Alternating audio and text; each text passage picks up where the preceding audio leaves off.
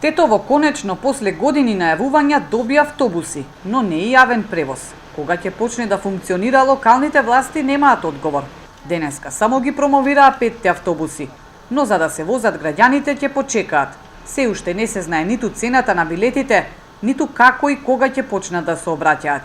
Потребата за јавен превоз Тетово ја има одамна, и поради аерозагадувањето, но и за намалување на сообраќајниот хаос. Но колку тој ќе биде функционален, познавајќи ја сообраќајната инфраструктура во градот, дел од експертите се скептици. Кога во овој хаос се воведе јавен градски превоз, посебно не добро испланиран, а предпоставувам нема да биде добро испланиран, затоа што не е другото добро испланирано. Ако градскиот превоз се планира добро, тогаш претходно би се средило паркирањето, па би се отстраниле возилата. Градскиот превоз би заглавил во истата гужва. Што значи вас би требало истото време и со автомобил и со градски превоз уште повеќе време би требало за да стигнете до дестинацијата. А тоа не е идејата на градскиот превоз. Иако повеќе пати потпрашана дали и какви претходни анализи направиле надлежните, колку е стручно испланирано да започне јавниот превоз, градоначалничката Теута Арифи не даде конкретни одговори. Важно било, вели, што автобусите биле тука, а скептици секогаш ќе имало. Тие се ситуации и проблеми кои се долговечни, долги се што на некој начин и самиот град.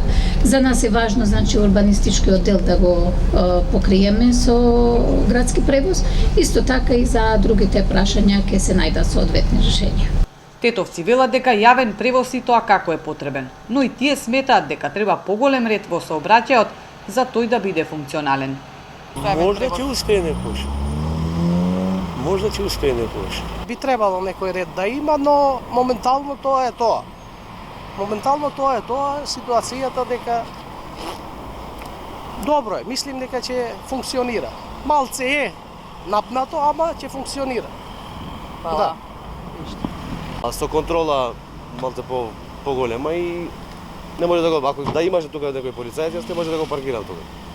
И тоа би функционира. Све зависи од нивната волја колку сакаат да го организираат превоз. Тетово веќе со години е во сообраќаен колапс. Јавниот превоз се воведува токму за метежот да се растерети, но дали ќе се постигне целта, ќе се знае откако автобусите ќе почнат да сообраќаат.